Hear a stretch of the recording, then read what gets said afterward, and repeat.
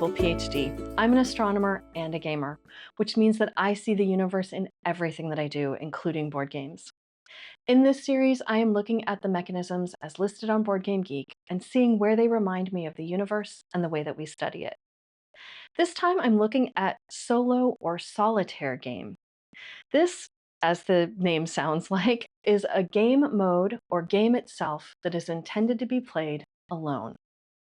In my collection, I have a few of these, including Friday, which is a deck building game where you are trying to help Robinson Crusoe survive long enough to defeat the pirates that are coming to the island. Another solo game that I have is A Gentle Rain. This is a tile laying game where you are matching up different halves of flowers. And once you have 4 tiles that all match, you get to place one of your flower tokens out in the middle of those. And the goal is to get rid of all of your flower tokens. Now, in astronomy, solo gaming reminds me of rogue planets. These are planets that are untethered to a star floating out in the middle of the galaxy. They might have been formed with a planetary system, but then got kicked out for some reason, or possibly formed all by themselves in the middle of nowhere, similar to the way that a star forms, but without enough mass to start that nuclear fusion that defines a star. Now, formally, they are called isolated planetary mass objects or free-floating planets. But I think between us, we can call them rogue planets because it's a little easier to say. Most of the ones that we know about so far have come from direct imaging, where you point a telescope at an area of the sky and you see it right there in the image. But we've also found several through what's called microlensing. This happens when a planet, one of these rogue planets, happens to pass between us and a more distant star.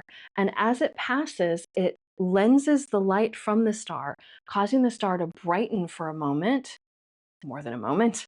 And then when the planet finishes passing, the star goes back to its normal brightness. One of the challenges of these is that you have to be looking at the right place at the right time to see it, and it's a one-time event. Once that planet has moved on, it's probably too dim to see, and it just keeps moving. It's not going to, pass in front of that star again if it is truly a rogue planet. But what's exciting is that some future telescopes, like the Nancy Grace Roman Space Telescope, are expected to start seeing even more of these microlensing events in the sky, and meaning that we are going to find even more of these rogue planets. So it's a little bit like the boom in solo games, right? A few years ago, it was kind of an outlier. Some of the games came with solo modes. There were a few solo games out there, and now they seem to be everywhere. And I think the same is going to happen with these rogue planets, because as these new telescopes come out and are looking at the sky and seeing these events, we're going to start seeing that these rogue planets are also everywhere. So the next time you find yourself going it alone at the game table, take just a minute to think about perhaps floating alone by yourself in the middle of space. I think I prefer the solo gaming though. So that's it for this episode. I will continue this random walk through the board game mechanisms on Board Game Geek.